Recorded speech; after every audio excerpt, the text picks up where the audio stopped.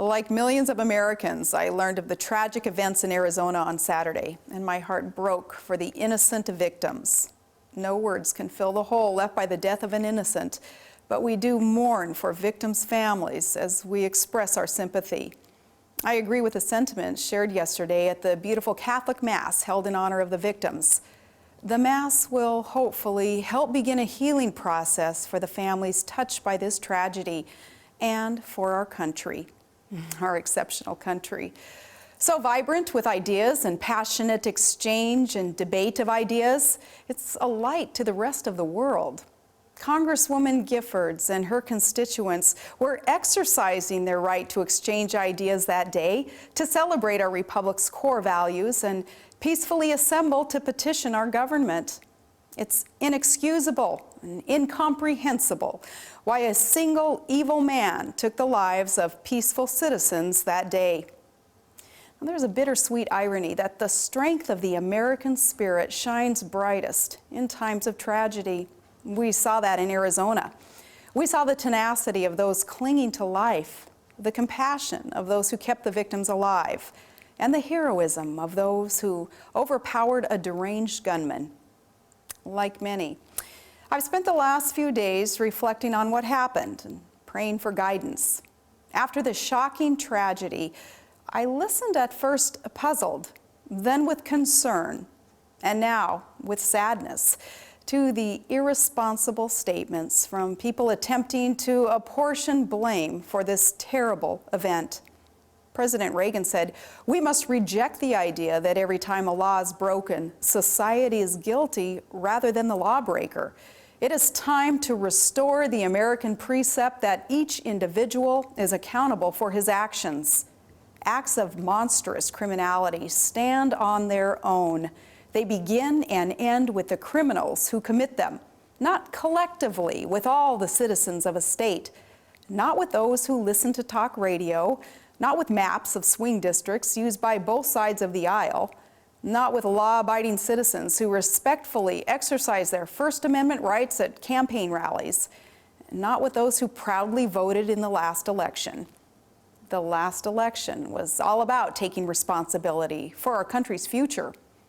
Now, President Obama and I may not agree on everything, but I know he would join me in affirming the health of our democratic process. 2 years ago, his party was victorious. Last November, the other party won. In both elections, the will of the American people was heard, and the peaceful transition of power proved yet again the enduring strength of our republic.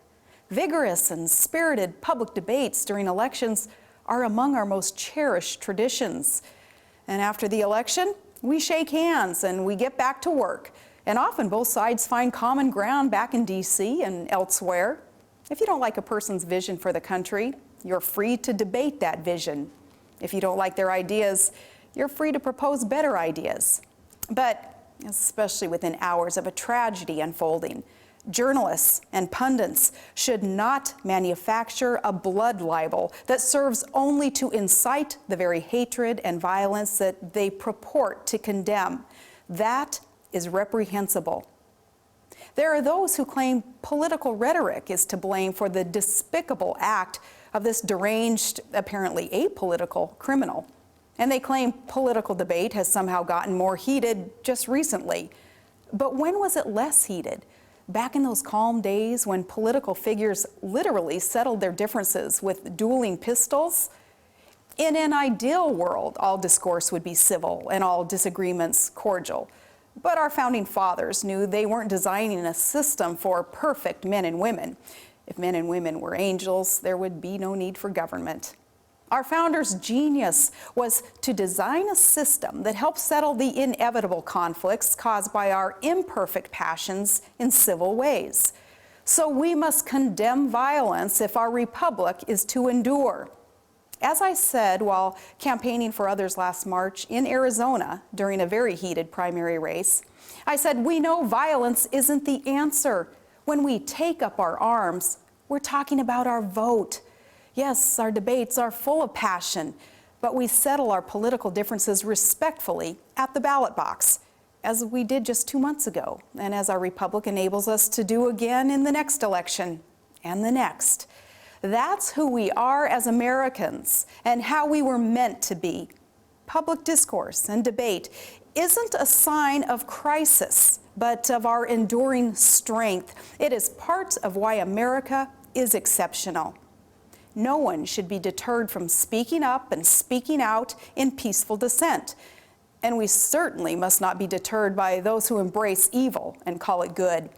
And we will not be stopped from celebrating the greatness of our country and our foundational freedoms by those who mock its greatness by being intolerant of differing opinion and seeking to muzzle dissent with shrill cries of imagined insults. Just days before she was shot, Congresswoman Giffords read the First Amendment on the floor of the House. And it was a beautiful moment, and more than simply symbolic, as some claim, to have our Constitution read by our Congress. I am confident she knew that reading our sacred Charter of Liberty was more than just symbolic. But less than a week after Congresswoman Giffords reaffirmed our protected freedoms, another member of Congress announced that he would propose a law that would criminalize speech that he found offensive. It is in the hour when our values are challenged that we must remain resolved to protect those values.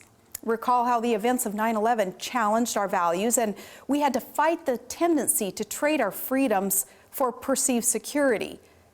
And so it is today. Let us honor those precious lives cut short in Tucson by praying for them and their families and by cherishing their memories. Let us pray for the full recovery of the wounded, and let us pray for our country. In times like these, we need God's guidance and the peace He provides.